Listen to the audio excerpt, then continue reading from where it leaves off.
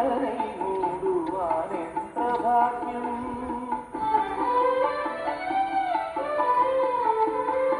കുംഭശിവരാത്രി നോക്കാതിരിക്കുമ്പോൾ വെണ്ണനെ മൂടുവാൻ എത്ര ഭാഗ്യം. ഈ വെണ്ണനെ മൂടുവാൻ എത്ര ഭാഗ്യം.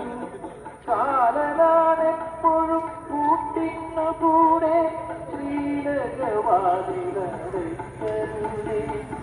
ശ്രീവടക്കും നാദസംഭൂഷിത നാദം കേൾക്കുവാൻ നടമണി നാദമെന്നല്ല